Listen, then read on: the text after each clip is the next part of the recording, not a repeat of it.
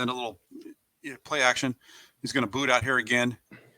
It's interesting because when you watch him, this is one of the few games where you really see him working those downfield throws. The guy slips a little bit, but he sticks it right on him on the sideline. That's a nice ball. That's a nice throw. Look at this, man. Look at that. That's a good athlete. Just rips this throw. I'm sorry. Everyone gets very excited about the throws that Zach Wilson makes, rolling out. He's not as good of an athlete as Trey Lance.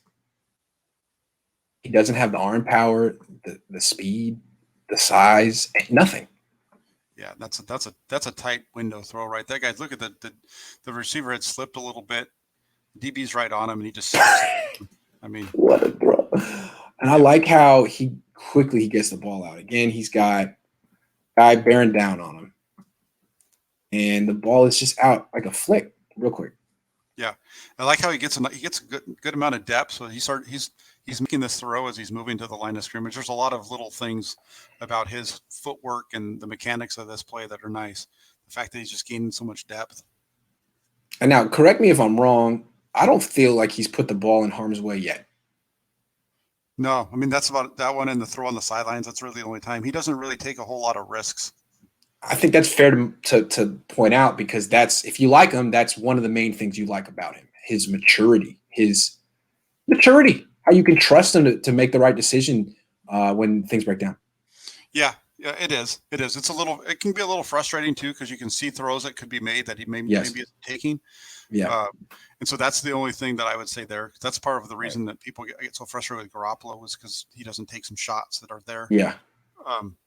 But yeah. You also, and when he's on an NFL team, it's not going to be as dominant as North Dakota State, so he's going to have to be a little more aggressive. Yeah, exactly. Yeah. Unless they're unless the 49ers get their running game going and pounding people like they usually do. Right. Or try to. Yeah. This is a little bit more like what you usually see it with him is where they run the little play action. Seems like about 75% of the time it's just a little boot, and he doesn't really go to the second level very much, which is the drag. Yeah. It's well covered on this one anyway, so he makes the right read. Yes. I just like the attention to detail on the play fake and the naturalness of his rollouts. Yeah. He's very comfortable doing this stuff. Mm-hmm. No, he's very smooth with it. He's got a few, when you watch him, there's definitely some examples, and I've shown him out there a few times on Twitter with him not making this throw. But he just does this so often, and it's an easy little throw. Yep, and that's definitely in the Niners offense. Imagine him dumping it down.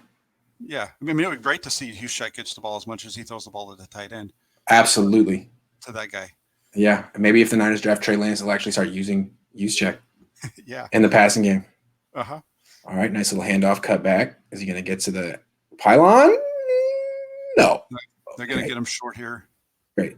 Let's see what they can do at the goal line. This is second and one, and down here they're going to run it.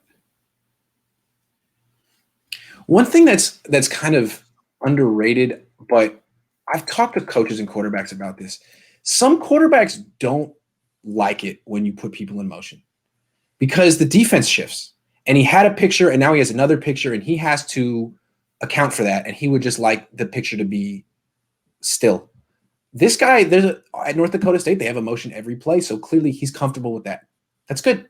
Yeah, and I think he knows where. I think part of it is that they know, or he has a pretty good idea of once that guy goes in motion, where everybody's going to end up. That's good. That's good. I'm not saying that Mac Jones and Justin Fields don't. It's just demonstrable on film that this guy does. That's good. Mm-hmm. Yeah, they do a lot. Like I know, like Jim Plunkett in the '80s used to tell the coaches on the Raiders, like, don't. I mean, you can have motion like out here or something, but don't send a guy across my face. I don't want it. So there's some coaches. Great quarterbacks who are uncomfortable with that. Yeah, they don't want to have They want to have the picture stay the same. Correct. Yes. So you want your motion? Do it out here with the wide receiver or something. Anyway, this is the Niners offense. Yeah. Okay. All right. So that's an error throw. Yeah, this is a little bit errant throw. On this one, you're right. On this one, they're going to come back to this play the next possession, but he should be reading the left side. Okay. He's showed, and when they come back to it the next time, you're going to see because he drops back and he's reading the right side over here. If you look at the left side, he's got a couple of guys open. He's got his tight end sitting in the end zone. Yeah, he's got 3-on-3. 87. Uh-huh. Yeah, either one. Yeah, he's got And then both. And they're looking at, yeah. Yeah, he's got the flat right open, and when the guy takes off to the flat, now he's got the tight end. So quick, right there, the flat looks open. He could have got him there, or he could have held on to it and stuck it to the tight end. Right. As soon as he sees 3 defenders over 2, he should be looking back on the other side. Yeah, and because so that's what, and he kind of gets the look right here. It's just a bad throw, though. Yeah. You know, the ball's just too high. If he could stick this on him, it's the way that the defense ends up covering out there on the right side. It works out in his favor. But that's a tougher throw than what he had on the other side. Absolutely. But again, so it's not the right read, but he throws a pass that only is catchable by his receiver. It's not near turnover. You live to play the next play. Yeah. And you're still winning. And I'm not going to say that it was a bad read, because for the side that he looked at, he went to the right guy. Right. I just would have liked on the pre-snap for him to start off on the left side, because the matchup and it was better over there. And pre-snap, you do see 3 defenders over 2. I mean, unless one of these guys is blitzing, it's not where you want to go. Yeah. On the other side, you got 3-on-3. Yeah. So, all right. Yeah. Okay. Good to see. There's where you see the inexperience. Yeah, and we'll see it because they're going to come back to that, and you can tell. I'm sure it was the last play of the drive. The coach was like, "Hey, man, on the other side, you had it. We're going to come back. Look left." Yeah, and what's interesting is when we watch it again, you can tell that North Dakota State's coaches had talked to their team on the sidelines, and you can tell that the Delaware coaches had talked to their teams on the sidelines, because you'll see it's completely different. Really Delaware saw it too. Delaware was like, "Hey, they're going to come back to that. Be ready for this because it was open. We got lucky." Yeah. So here's that play that we talked about. I think it was one of the first plays of the game, right? So they run these curls with the tight end down the middle. Yes. I don't know why he's going to the seam here. Okay. This one, he's well covered. He should be coming down here to the number 1. Right. I mean, you see, to be fair, like you'll see Mac Jones throw some passes like this where the receiver's here and he's not open, and you're like, well, I'm just trusting him. And Mac Jones receivers are amazing. This guy's aren't. And he's not going to get bailed out. But it's not the best read. This guy's open. This guy's open. He could have taken that. But let's see. I'm just curious. I mean, let's check out this throw. Yeah, the difference between Mac, you're right. The difference with Mac Jones making this throw where he is right here is that his tight end's usually going to get open because he's more athletic. So you're throwing a very difficult pass to a guy who's not going to make an athletic catch or get open. It's a decent throw. It's pretty. It's a tough. It's a tough one, but it's placed well because it's placed high into the out. It's like a back shoulder throw almost, where it's placed. Yeah. He's not trying to make a deep throw where he's putting that up over the top of that linebacker. Because they're covered. He's trying to stick it back here.